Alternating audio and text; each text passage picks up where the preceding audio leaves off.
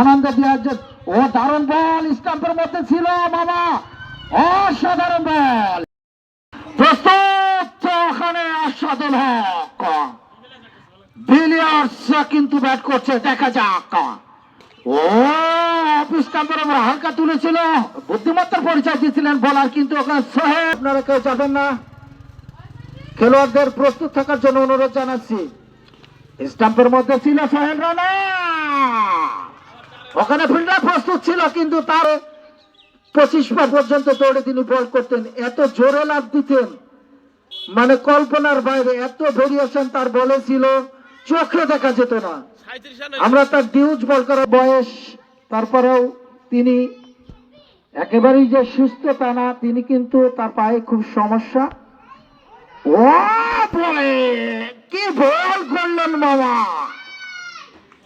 সোহেল রানা ডিভিলিয়ার আসছেন, 4 থেকে 5 বছর বল করেন, ছোট্ট লাভ দিয়ে বল করলেন, স্টাম্পের মধ্যে ছিল, ইয়ার করলেন তোর বল, ওখানে